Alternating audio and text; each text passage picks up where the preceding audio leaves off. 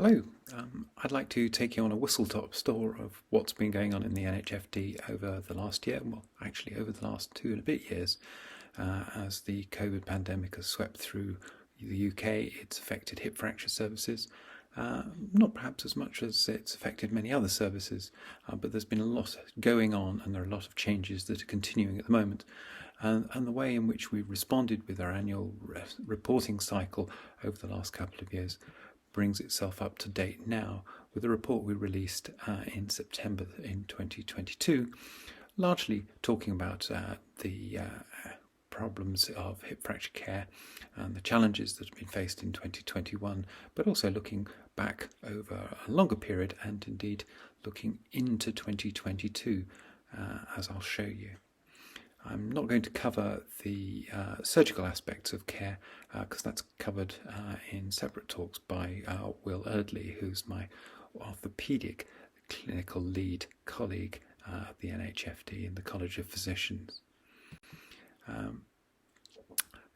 Before I go on, I think I should flag this paper to everybody. The REDUCE study is a brilliant piece of work that's been run through Bristol University, led by Celia Gregson, which has taken the outpourings of the NHFD over a number of years, the facilities surveys that we've performed, the patient data we've collected, it's linked it to other sources of data, and has taken a very academic approach to interrogating the associations between different aspects of hospital organisation, patient care and outcome. This is the first of a number of papers that in many ways validate the work of the NHS over the last 15 years.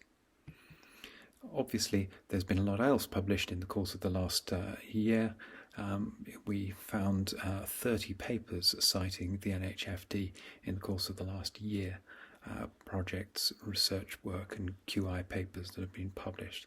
So we're driving change and obviously amidst that COVID has played a big part. Huge variation in the degree to which COVID affected different hospitals around the country. We collected data from individual hospitals throughout the pandemic, allowing us to write this review in BJJ last year, really while the pandemic was going on, giving a sense and a direction to people to go and look at the NHFD data because it really captures what's going on there.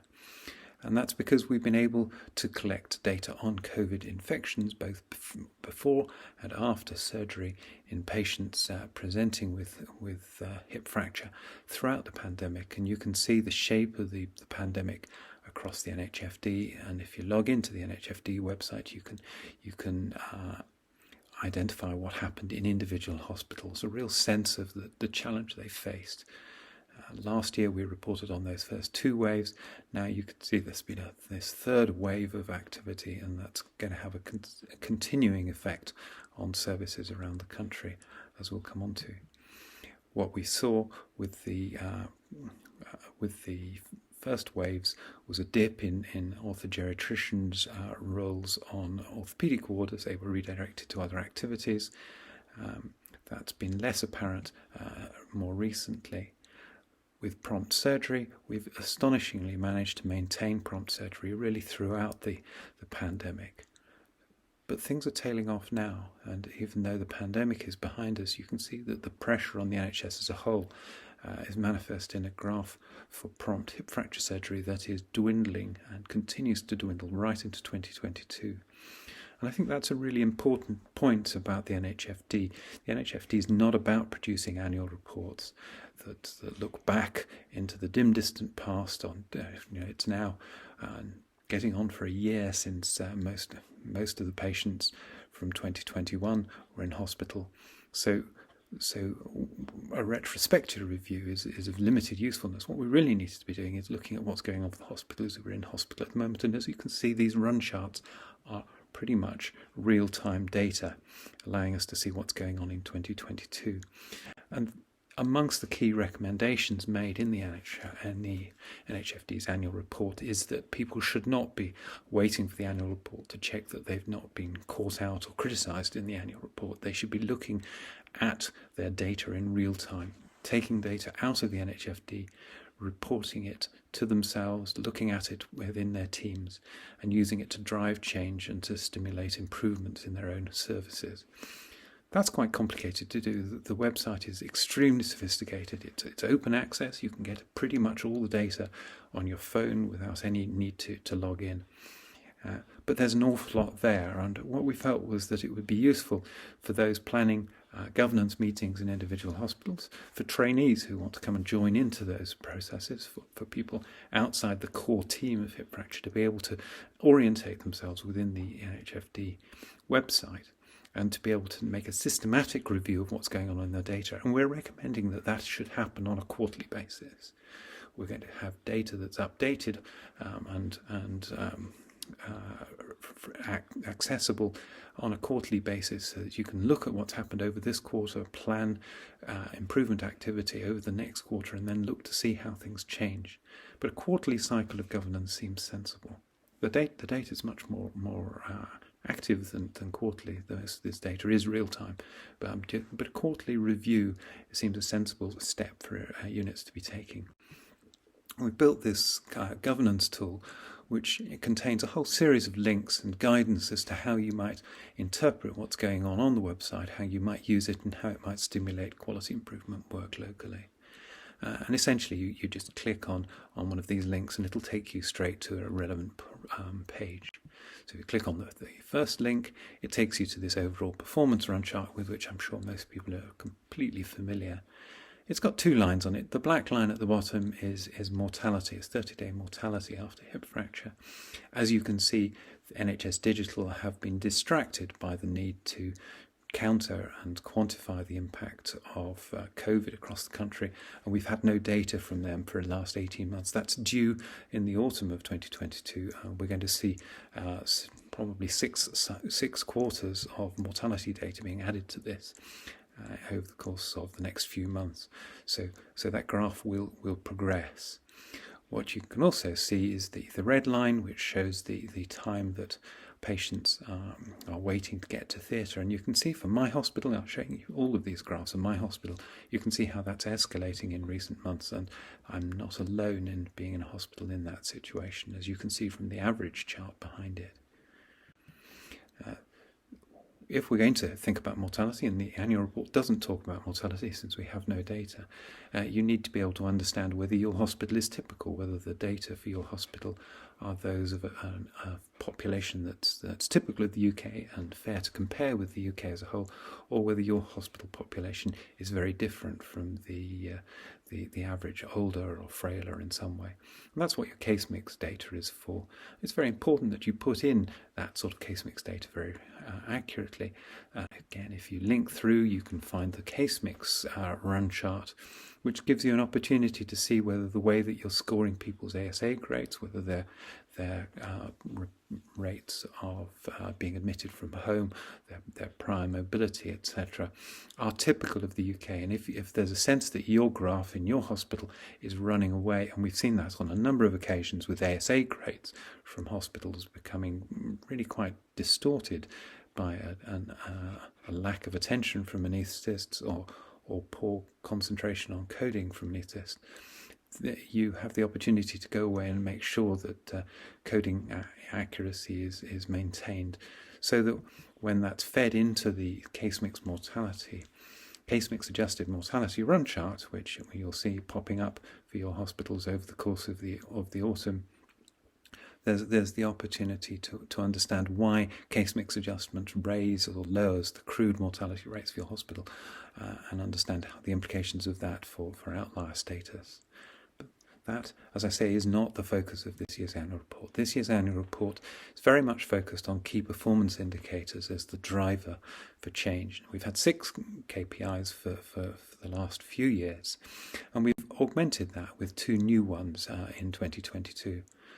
The first of those is KPI 0, because I got the numbering wrong when I started doing this with KPI 1. But we wanted to bring something in that captured the patient's experience when they first hit the hospital, whether they're given a nerve block to relieve their pain, and whether they're admitted to an appropriate orthopaedic or orthogeriatric ward within 4 hours. That's not getting them out of A&E and dumping them into an inappropriate ward, an ophthalmology ward, just to get them out of A&E. That's getting people into an appropriate ward where their perioperative care can be given by an MDT working closely together. The second new KPI was a measure of whether people are going on to and staying on a form of long-term bone strengthening treatment. And the governance tool that we've put in the report this year takes you through how you can look at each of those KPIs and how you might think about using them to drive improvement in your hospital. The first thing is to get an overview of what's going on in your hospital. How do your performance indicators relate to the national overall figures? And this is a very simple picture of that. It allows you to identify areas. So for my hospital, we're getting practically nobody into a specialist ward with a nerve block in 4 hours. So that's clearly something that's going to be a challenge for us locally. So you can identify areas that are of particular importance for focus in the future. You can identify areas where you seem to be doing well, and I seem to have nice compliant surgeons in my hospital. But there are a number of areas where performance is a real worry for me. If I'm going to target particular key performance indicators, it's important to understand how they change over time. The run chart to which the tool links takes you to a picture of what's going on in individual hospitals. And you can look and see, identify particular key performance indicators that you're concerned about. So I can select out perhaps 3, so time to theatre, management and the screening for delirium, and then this early admission process as areas that I'd want to look at. If I click on the legend at the bottom, I can pick up the monthly progress on these graphs to give me a bigger sense of what's going on from month to month, and a graph that's more responsive to changes and improvements as they're made in individual hospitals. Working through the tool then takes us on to each of the individual key performance indicators. So key performance indicator 0, KPI 0, as you can see, the performance in most hospitals is pretty pitiful, but it's clear from the hospitals in green, the error bars are above the average for the NHFD, so these hospitals are significantly outperforming the average, the green hospitals on the right-hand side. And you can see that some of those hospitals are managing to get people to the right place with a nerve block in more than half of cases. So it can be done, and the rest of us need to aspire to that. Understanding why my hospital is failing, I need to be able to look at other aspects of data, and the tool will take you through to this run chart in the anaesthesia run chart, which gives you a sense of how many of my patients are getting nerve blocks before going to theatre. And then you can use the benchmarking tables to look at the proportion of patients who are getting to an appropriate ward within 4 hours. So I can tease out which of the two elements of early care is my particular failing. And self-evidently, it's in my hospital, it's this ability to admit people promptly that's my failing. So that's the area that we're going to have to task and challenge in my hospital. Key performance indicator 1, do people get to see both a surgeon and a medical team, an orthogeriatrician? That's a score that's been there for a long time now. You can see most hospitals getting extremely good performance. Some hospitals are really struggling. Some hospitals have no orthogeriatrician or have very limited orthogeriatrician services. And for those hospitals, I'd recommend they go back to our 2019 report, where we looked at the level of staffing of orthogeriatrics in different hospitals around the country. So there's enormous scatter there. But the take-home message at the bottom of that report was that on average, for each patient admitted, there was a provision of 5.5 hours, essentially a session of orthogeriatrician time per patient with hip fracture. It's more complicated than that, but that's quite a nice number to build into a business case for your hospital if you're in one of these hospitals in the red where you're failing to deliver. KPI 2 is whether my surgery is done on the day or the day following admission. If you go to the NHFD website, you can log in if you're a clinical lead. If you're not a clinical lead, it's very easy. It takes 2 minutes for the clinical lead to give you read-only access to the website, so you can look at this data and use the data to drive local KPI, local improvement work. So you can log in, you can then export data for your patient for any period of time. So you can pull down a spreadsheet very quickly of data explaining why patients didn't get to surgery within 36 hours. And that is the sort of information that gives you a sense of where the focus should be of a local improvement project. KPI 3 is the surgery being offered, the surgery that NICE would recommend. NICE is obviously reviewing its recommendations at the moment, so this is going to change in the course of the next year, I guess. But at the moment, what you're able to do again under the login is to look and pull down a table which sets the type of fractures that you have in your hospital against the type of operations that are being performed, and highlights areas where the operation that's being coded for your patient seems inconsistent or indeed inconceivable for the sort of fracture. So that will help guide people to identify areas of poor coding for correction, or identify strange practice, inappropriate practice that's not consistent with NICE guidance and might be a topic that Will Eardley will talk about. KPI 4, the ability to get people out of bed on the day after their operation.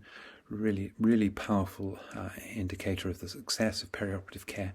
People can't get up if they haven't had good anaesthesia, good surgical care, good post-operative fluid, blood management, and so on. And again, you can log in, pull down the information for an export to tell you what the reasons are for people not being able to get up, and use those again to drive improvement locally. KPI 5 is all about prevention of delirium. We know that surgeons get very excited about a 1% infection rate in their wound, but not very interested when 25% of their patients become profoundly bewildered and spend months in hospital and have very poor outcome as a result. Delirium is by far the most important complication of orthopaedic surgery, of any form of surgery, indeed of any medical admission in older people. So screening for it is something that we've really been very successful with, using the 4AT score. The hospitals on the right-hand side of this graph, there are one or two hospitals tucked right over on the right-hand side who seem to be having very few patients with delirium. I think those hospitals need to go away and read the guidance on the 4AT website as to exactly how it's performed, because I think they're misinterpreting their results. But it is possible, it clearly is possible for you to have 70-80% of your patients documented free of delirium after surgery. And the hospitals on the left-hand side need to go away and look at the Mark Antonio paper in JAGS, which it remains a beautiful description of an RCT of delirium prevention in hip fracture patients. If you want to tease out why people are becoming delirious, doing a root cause analysis is incredibly simple, and there's a link to this 5 Whys tool, which behaves, it's entirely perfect for orthopaedic surgeons, and it behaves like a 4-year-old. It just keeps asking the question, why, mummy? Why, mummy? Why did this happen? Why did this happen? And teases out the underlying causes for a failure to prevent patients becoming delirious. That's a multidisciplinary process. It's not about any one person's care. It's how the whole team, the surgeons, the anaesthetists, and everybody else are working together to try and prevent delirium. And is a very nice, simple tool for a clinical governance meeting to review. Getting people back where they live is their main objective. Actually, they're more interested. Many people are more interested in whether they're going to get back home again than whether we think that they're likely to die following surgery. This is their objective, and it's our KPI 6. Understanding that is quite easy in some hospitals. In my hospital, the vast majority of people will leave my unit to go back to their permanent residence. But that's not the same for many hospitals around the country. And if you're working in a hospital where many of your patients are sent to rehabilitation in care homes or in our community hospitals, possibly even in a different trust, you've got no real sense of the success of your care unless you follow those patients up. You can follow them up and collect information from the hospitals to which you've sent them, or you could and should be contacting the patient and asking them. And one of the things that reduced study that I talked about right at the beginning showed was that units which routinely follow up their patients to ask them what they felt about their care and how they've progressed since discharge, those hospitals have much better outcomes than hospitals which don't care what happens to their patients once they leave hospital. So on the website there's a template for this 120-day follow-up postal questionnaire. You can do this same sort of thing by phone, but postal questionnaire is one way of collecting that information. And if you don't collect that information, KPI 6 is not going to give you a clear picture of how you're functioning. So this is something we definitely would be encouraging. And for this reason too, KPI 7 is asking whether we know that people are still taking bone strengthening treatment 4 months after their hip fracture. So you're not going to know that if you don't follow them up and check. The website allows you to disentangle exactly what happens to your patient, so you can pull down this cross-tabulation of the types of medication patients came in on and the secondary prevention that was arranged during their time in hospital, so you can really look into the way in which you're looking after those patients, how they're being followed up and supported. And that's a nice, simple project in terms of your strategy, but we know that the starting people on drugs is not the be-all and end-all. The Fracture Liaison database, our sister audit within the RCP, looks at provision of support to patients and is very keen on the ongoing support to help patients with persistence and adherence. And it's clear from work we've done linking their data with our data that even patients who present with a hip fracture who have FLS support, 1 in 20 of those people will break the second hip within 4 years. So this is a really big impact on the numbers of patients we're seeing. We need to be supporting people in the longer term. And a simple step as part of the follow-up template, the follow-up questionnaire that you can send to patients is asking whether people are still taking their bone protection. If they're on a Lendronate, are they still taking their weekly tablet? Whatever question you need to ask in terms of the tablets or medication you send people home on. So, of course, if you inject treatment into patients, if you start people on intravenous bisphosphonates, denosumab, or teriparatide, or indeed Romo, will be coming along very soon. If you're starting people on those medications, you have a totally different level of confidence that patients are actually on secondary prevention.